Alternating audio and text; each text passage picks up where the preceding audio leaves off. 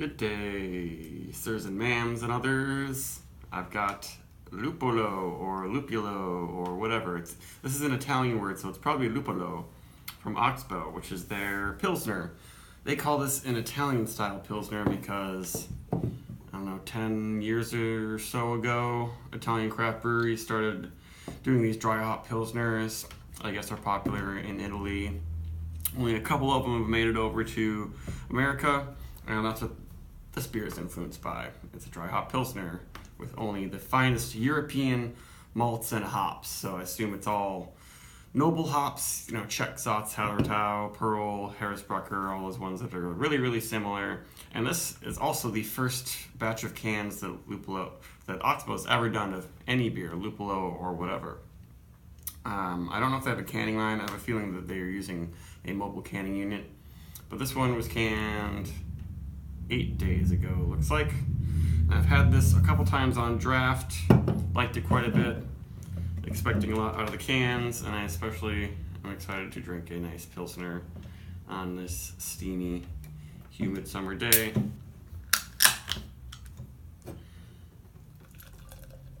I've got in my big notch glass that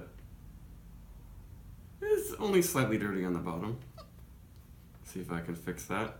But I think this beer is going to be one of the first in a series of reviews of beers that aren't super hyped, don't have high ratings, that most beer nerds don't really care about, or at least a lot of the people who are looking for whales and are obsessed with their IPAs and pastry stouts. I have a lot of craft brew friends who are really into all this stuff, but they just don't care about Pilsners. But I love Pilsners. And I think I'm almost kind of a Pilsner snob because not everyone tastes the same. And there are certain ones that I like a lot more. And this one is probably going to be in one of my top 5 or top 10. Pour is really cool. Looks really good. Lots of head. Really pale. Unfiltered. But not, a really hazy Zwickler or anything. It's kind of fun. They say the production time on all their packaging, so it tells you right on there. 8 weeks it takes to make this, and that head is looking very nice, even though this glass is a little bit dirty on the bottom. So that tends to kill the head a little bit faster, but a really well-made Pilsner should have a dense, rich head that this one is doing pretty good with. It smells fantastic. Yes, zesty, but really herbal, tea-like, like lemon tea, slightly grassy, just that noble hop character that is required in a real Pilsner. Some of these dry hop Pilsners that use like American hops or Mosaic or anything like that, they're not really Pilsners. So in my mind, they're just like almost like little session IPAs or something. That smells really, really nice. I get almost like a berry characteristic sometimes too from these hops. And it's very, very nice aroma. And it's a little bit of some kind of bready malt in there, but it's not quite sweet. I guess it's what people would call crackery.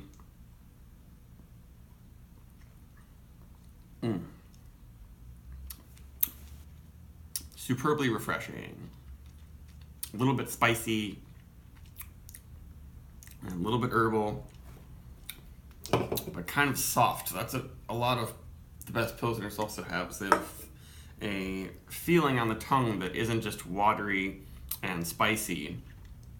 There's a bit of almost a vanilla thing going on from, I don't know if it's the lager yeast and the Pilsner malt combined with the light sweet spiciness from the hops, but that's what I noticed in some of the best Pilsners, and it has this soft vanilla sort of feel and flavor that comes together really nicely.